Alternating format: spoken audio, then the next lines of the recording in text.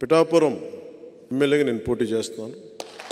కాకినాడ ఎంపీగా ఉదయ్ గారు పోటీ చేయబోతున్నారు. ఎందుకంటే ఇది గీటురాయి ఎన్నికలు. నిజంగా దశాబ్దం తర్వాత నేను నోరు తెరిచి అడుగుతున్నాను, ఓట్లు వేయమండి, ఓట్లు వేయండి. నాకు నేను హక్కు సంపాదించుకున్నాను. 2019లో కూడా నేను చాలా ధాటిగా ధీటుగా అడగలేదు ఓటు వేయండి, ఎందుకంటే నాకు మనసు చెప్తా ఉంది ఇంకా నువ్వు పని చేయి.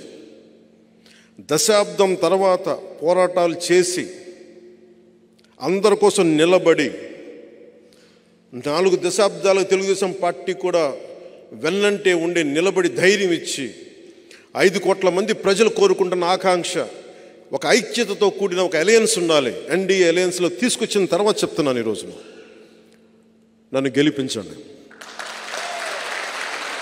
చేతులెత్తి నేను అడగట్లేదు, ఆర్థిస్తున్నాను.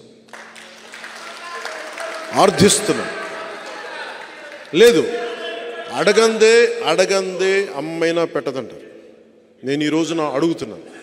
అనుభవం కానిదే నేను ఎందుకు నలిగి ఈ రోజున ఎందుకు ఇంత బలంగా అడుగుతున్నాను ఓట్లు అంటే, ఒక దశాబ్దం అధికారం లేకుండా ఓడిపోయి పార్టీ నడిపిన వాడిని చిన్నపాటి విజయం, ఒక 21 సీట్లు 2 ఎంపీలు కనుక మనం కొట్టి చూపించామంటే భారతదేశం ఆంధ్ర వైపు చూసేలా చేస్తాను.